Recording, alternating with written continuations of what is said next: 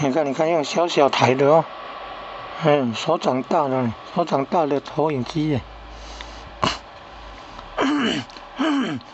投影长度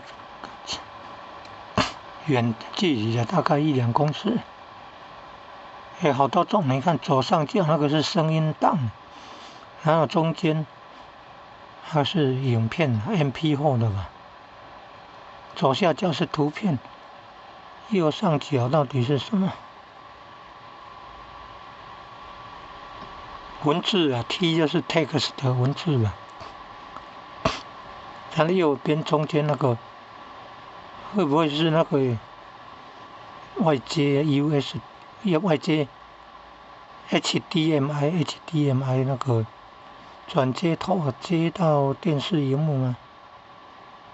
右下角是什么？不太清楚。